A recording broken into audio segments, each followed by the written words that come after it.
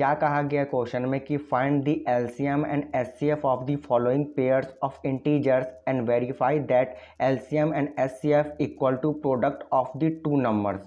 यानी क्वेश्चन ये कह रहा है कि आपको दिए गए नंबर का एलसीएम और एचसीएफ फाइंड आउट करना है, और फाइंड आउट करने के बाद आपको वेरीफाई करना है कि एलसीएम इनटू में एचसीएफ करने के बाद जो भी आंसर आएगा वे दिए गए नंबर के प्रोडक्ट के इक्वल होगा कि नहीं होगा, ये आपको वेरीफाई करके बताना है।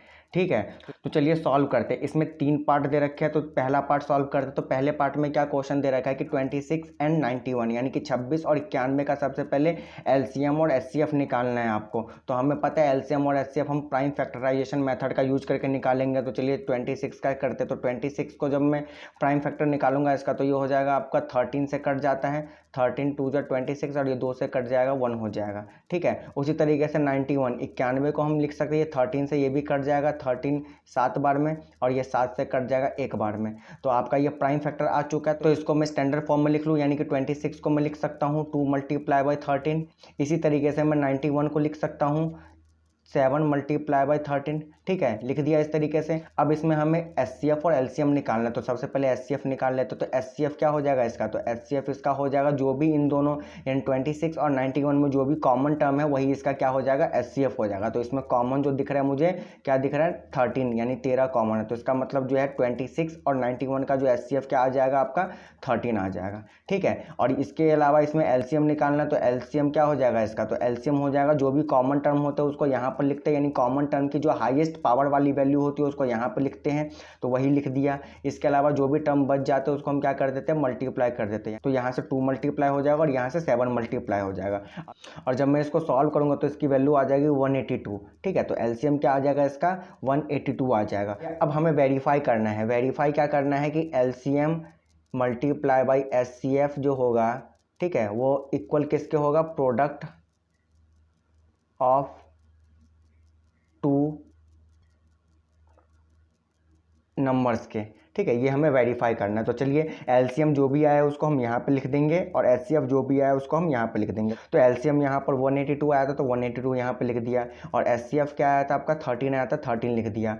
और क्या कहा गया, प्रोडक्ट ऑफ 2 नंबर्स, तो 2 नंबर का प्रोडक्ट यानी कि 26 और 91 का प्रोडक्ट करना है, यानी 26 और 91 का क्या करना है, प्रोडक्ट यानी मल्टीप्लाई करना है। तो यहाँ पे लिख दिया। जैसे ही हमने लिख दिया वैसे इसको सॉल्व करना है। तो 182 मल्टीप्लाई बाय 13 जो होता है उसकी वैल्यू होती है आपकी 2366 होती है। ठीक है, और 26 का मल्टीप्लाई में जब मैं 91 से करता हूँ तो इसकी वैल्यू भी क्या आ जाएगा, 2366 आ जाएगा। तो इसका मतलब क्या है कि ये जो इक्वेशन है ना ये ट्रू है, यानी कि ये इक्वेशन जो है वो वेरीफाइड है। ठीक है, वेरीफाइड है। तो ये आप लिख देना और यही क्या हो जाएगा, इसका राइट आंसर हो जाएगा। देखिए एक चीज़ का आपको ये ध्यान रखना है कि जितने भी वेरीफाई करने वाले क्वेश्चन पूछे जाते हैं वे 99.99% जो होते हैं वो ट्रू ही होते हैं। ठीक है, और बहुत ही कम रेयरली चांस होता है कि वो फॉल्स निकले। तो आपको ट्रू मान करके ही सॉल्व करना है। अगर आपके आंसर नहीं आ रहे हैं वेरीफाई वाले क्वेश्चन में तो किसी भी तरीके से आप इधर उधर करके इनके इक्वल कर देना, जिससे आपके नंबर्स ना कटे ज़्यादा। तो ये इंपॉर्टेंट था वेरीफाई वाले क्वेश्चन में जानना। नेक्स्ट है इसका सेकंड पार्ट। तो सेकंड पार्ट में जो नंबर दे रखा है 510 और 92 दे रखा है। तो 510 का सबसे पहले हम क्या निकालेंगे, प्राइम फैक्टर निकालेंगे। तो 510 का जब हम प्राइम फैक्टर निकालेंगे तो ये क्या हो जाएगा आपका 510 जो है इसको 5 से काट देते हैं। तो जब मैं इसको 5 से काटूंगा तो ये हो जाएगा 120। ठीक है, और जब ये कट जाएगा 2 से, तो 2 से जब ये कट जाएगा तो ये हो जाएगा आपका 51। ठीक है, और 51 जो है ये 17 के टेबल में आता तो ये इसको मैं 17 से काट दूंगा तो ये 3 हो जाएगा, और ये 3 से कट के क्या बन जाएगा, 1 बन जाएगा। ठीक है, तो 510 का क्या आ चुका है, तो 510 का जो आपका यहाँ पर फैक्टर आ चुका है वो हो जाएगा आपका 2 multiply by 3 multiply by 5 multiply by 17। ठीक है, ये हो गया। उसी तरीके से आप 92 का प्राइम फैक्टर निकालोगे तो 92 को जब मैं निकालूंगा तो ये 2 से कट जाएगा कितनी बार में, 46 हो जाएगा, और उसके बाद ये दोबारा 2 से कट जाएगा तो ये हो जाएगा आपका 23। उसके अलावा ये 23 जो है प्राइम नंबर खुद ही है, तो 23 से कट के क्या बन जाएगा, ये 1 बन जाएगा। ठीक है, और जैसे ही इसको मैं लिख सकता हूँ फिर 92 को मैं लिख सकता हूँ क्या कि 2 की पावर में 2 मल्टीप्लाई बाय 23 लिख दिया इस तरीके से। और जैसे ही मैंने इस तरीके से इसको लिख दिया तो इसका एचसीएफ निकालेंगे सबसे पहले। तो एचसीएफ क्या निकल के आएगा इसका, तो इसका एचसीएफ हो जाएगा कि इन दोनों में जो भी कॉमन टर्म्स है उसका लोएस्ट पावर वाली वैल्यू। तो इन दोनों में जो कॉमन टर्म दिख रहा है मुझे 2 दिख रहा है, इसका लोएस्ट पावर क्या है, तो लोएस्ट पावर 2 की पावर 1 यानी ये वाला टर्म है। तो इसी को मैं यहाँ पर लिख दूंगा, तो इसका एचसीएफ क्या आ जाएगा, 2 आ जाएगा। उसी तरीके से हम एलसीएम निकालेंगे, तो एलसीएम क्या होता है, जो भी कॉमन टर्म होता है उसकी हाईएस्ट पावर वाली वैल्यू।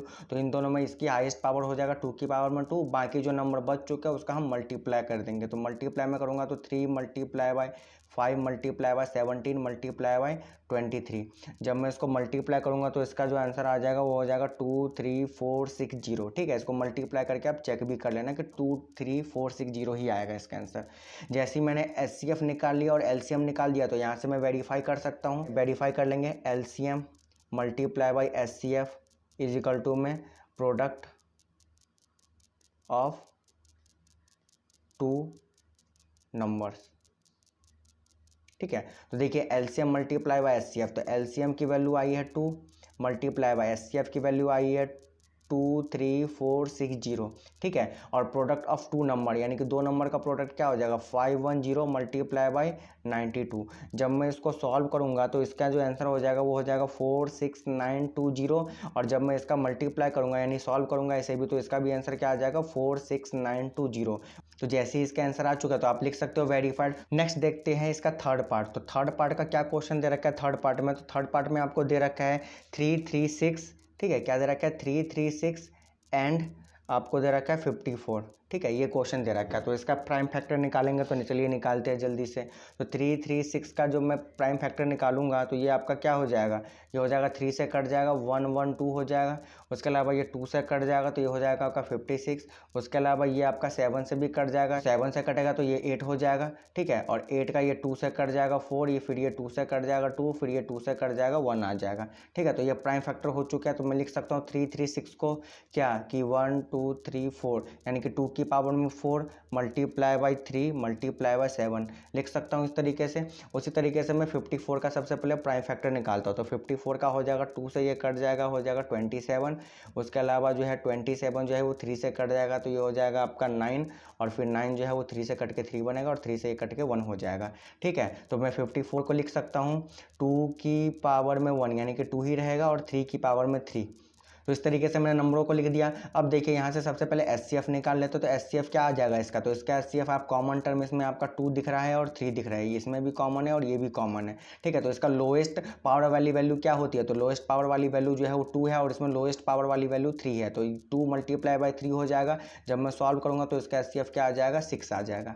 ठीक है, इसी तरीके से मैं एलसीएम निकालूंगा तो एलसीएम क्या हो जाएगा, इसमें जो कॉमन टर्म दिख रहा है उसके हाईएस्ट पावर वाली वैल्यू लिखना होता है। तो इसमें हाईएस्ट पावर वाली वैल्यू होती है 2 की पावर में 4 मल्टीप्लाई बाई, इसमें हाईएस्ट पावर वाली वैल्यू क्या है 3 की पावर में 3 मल्टीप्लाई बाई, बाकी जो नंबर बच चुका है उसका मल्टीप्लाई कर देंगे इस तरीके से। और इस तरीके से मल्टीप्लाई करने के बाद जब मैं इसको सॉल्व करूंगा तो उसका जो आंसर आ जाएगा वो हो जाएगा आपका 3024 आ जाएगा। ठीक है, क्या आ जाएगा 3024 आ जाएगा। और जैसे ये टर्म आ चुका है तो अब वेरीफाई कर लेते हैं जल्दी से। तो इसका वेरीफाई कैसे होगा, तो वेरीफाई के लिए आपको इक्वेशन लिखनी पड़ेगी कौन सी, तो LCM multiply by HCF is equal to में प्रोडक्ट ऑफ 2 नंबर्स। ठीक है, ये इक्वेशन लिख दिया हमने।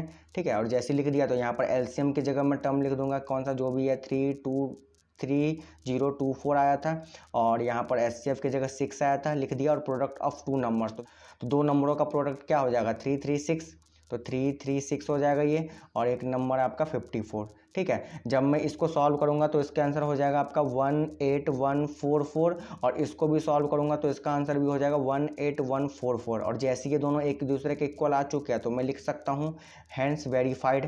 ठीक है, क्या हो जाएगा वेरीफाइड, और जैसे ही वेरीफाइड हो गया यही आपका क्या आ जाएगा आंसर आ जाएगा।